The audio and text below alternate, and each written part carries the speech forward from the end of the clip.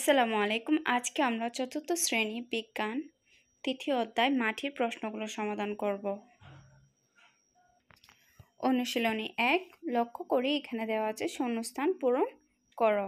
খালি জায়গা আছে, এই জায়গাগুলোতে আমরা শব্দ বসাবো। প্রথমটি হচ্ছে ড্যাশ হচ্ছে পৃথিবীর উপরিভাগের নরম আবরণ। 2 নং বলা হয়েছে মাটিতে ক্ষতিকর পদার্থ ফেললে মাটি ড্যাশ হয়। এবং 3 নম্বরে বলা হয়েছে কম্পোস্ট একটি ড্যাশ সার।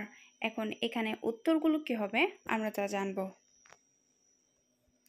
উত্তরগুলো হচ্ছে একের উত্তর মাটি। মাটি হচ্ছে পৃথিবীর উপরিভাগের নরম আবরণ। 2 এর উত্তর হচ্ছে মাটিতে ক্ষতিকর পদার্থ ফেললে মাটি দূষিত হয়। 3 এর উত্তর হচ্ছে কম্পোস্ট একটি জৈব সার। এখন আমরা 2 নংয়ের সঠিক উত্তরে টিক চিহ্ন দিব। 1 মাটি দূষণের কারণ কি? মাটি দূষণের কারণ ক যেখানে সেখানে ময়লা আবর্জনা ফেলা, খ আবর্জনা কুড়ানো, গ কম্পোস্ট ব্যবহার করা, ঘ রিসাইকেল করা। উত্তর হচ্ছে ক যেখানে সেখানে আবর্জনা ফেলা। 2 কিভাবে মাটির উর্বরতা বজায় রাখা যায়? ক জমিতে একই ফসল চাষ, খ ফসল আবর্তন, গ জমিতে পানি দেওয়া, ঘ কীটনাশক ছিটানো। উত্তর হচ্ছে খ ফসল আবর্তন। এখন আমরা 3 নং সংক্ষিপ্ত প্রশ্নের উত্তর জানব। তার আগে আমরা প্রশ্নগুলো পড়ে নিই। 1 আমাদের জীবনে মাটির 5টি ব্যবহার লেখো। 2 উদ্ভিদের বৃদ্ধির জন্য কী কী প্রয়োজন? 3 মাটির উর্বরতা বজায় রাখার উপায় কী কী? প্রশ্নগুলোর উত্তর হলো 1 নং প্রশ্নটি হচ্ছে আমাদের জীবনে মাটির 5টি ব্যবহার লেখো। এর উত্তর আমাদের জীবনে মাটির 5টি ব্যবহার হলো 1 বিভিন্ন ধরনের উদ্ভিদ জন্মানোর জন্য মাটি ব্যবহৃত হয়।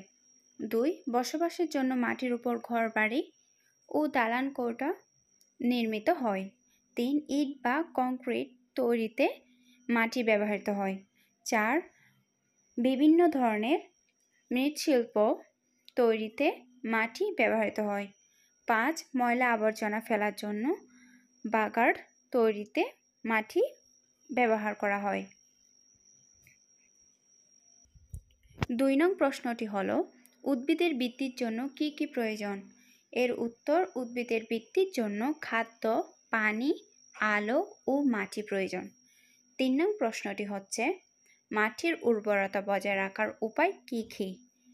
এর উত্তর মাটির উর্বরতা বজায় রাখার উপায় হলো 1 মাটিতে নিয়মিত সার ব্যবহার করা, 2 মাটিতে পর্যায়ক্রমে বিভিন্ন ফসল চাষ করা, 3 শিম জাতীয় উদ্ভিদের চাষ করা। আশা করছি তোমরা 3 নং প্রশ্নের উত্তরগুলো বুঝতে পারছো।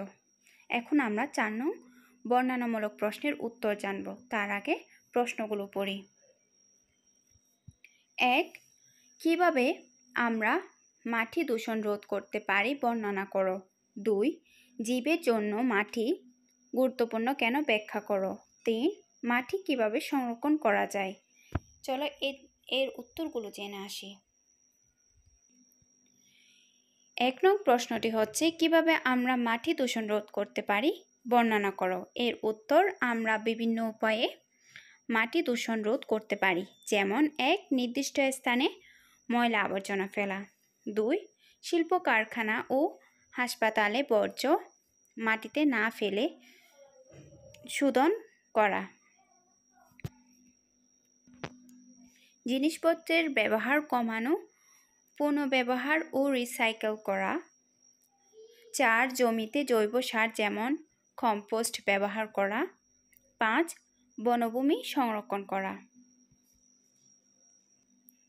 কিভাবে মাটি দূষণ রোধ করতে পারো তা তোমরা বুঝতে পারো। এখন আমরা 2 নং প্রশ্নটির উত্তর জানব। প্রশ্নটি হচ্ছে জীবের জন্য মাটি গুরুত্বপূর্ণ কেন ব্যাখ্যা করো। উত্তরটি হলো জীবের বেঁচে থাকার জন্য অত্যন্ত দরকারি একটি উপাদান হলো মাটি। এই মাটি হচ্ছে উদ্ভিদ ও প্রাণী তথা জীবের আবাসস্থল। বেঁচে থাকার জন্য খাদ্য প্রয়োজন, আর প্রত্যক্ষ ও পরোক্ষভাবে মাটি জীবকে খাদ্য সরবরাহ করে। যেমন মাটি থেকে খাদ্য গ্রহণ করে উদ্ভিদ জন্মে, আর প্রাণী এই উদ্ভিদ খাদ্য হিসেবে গ্রহণ করে।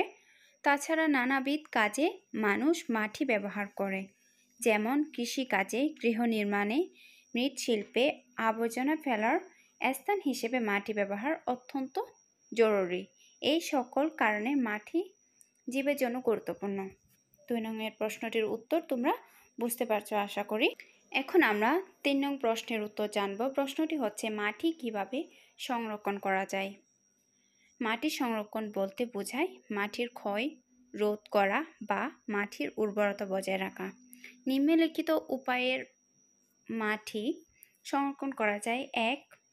বনভূমি ধ্বংস না করে। 2. পতিত জমিতে ঘাস লাগিয়ে ও বনায়ন সৃষ্টি করে। 3. ধীর গতিতে পানি নিষ্কাশনের ব্যবস্থা করে। 4. রাসায়নিক সারের পরিবর্তে জৈব সার ব্যবহার করে। 5. প্লাস্টিকের খেলনা, ব্যাগ বা পলিথিন মাটিতে না ফেলে। আশা করছি তোমরা 4 নং প্রশ্নের বর্ণনামূলক প্রশ্নের উত্তরগুলো তোমরা বুঝতে পারছো। এখন আমরা অনুশীলনী 5-এর সমাধান করব। 5 নংয়ে বলা হয়েছে, বাম পাশের বাক্যাংশের সাথে ডান পাশের বাক্যাংশের মিল করি। এখানে বাম পাশে কিছু বাক্য এবং ডান পাশে কিছু বাক্য দেওয়া আছে। এই বাক্যগুলো আমরা মিল করব। বাক্যগুলো আমরা পড়ি। বাম পাশের বাক্যগুলো পড়ি। মাটি দূষণের কারণ, মাটি দূষণ রোধ, মাটির উর্বরতা, মাটি দূষণের ফলাফল। এবং ডান পাশের বাক্যগুলো হচ্ছে ফসল আবর্তন, প্রকৃতির ধ্বংস সাধন, যেখানে সেখানে আবর্জনা ফেলা, নির্দিষ্ট স্থানে আবর্জনা ফেলা। চলো আমরা দেখি উত্তর কি হবে। বাক্যগুলো আমরা মিল করলাম। মাটি দূষণের কারণ, যেখানে সেখানে আবর্জনা ফেলা। মাটি দূষণ রোধ, নির্দিষ্ট স্থানে আবর্জনা ফেলা। মাটির উর্বরতা, ফসল আবর্তন, মাটি দূষণের ফলাফল, প্রকৃতি ধ্বংস সাধন।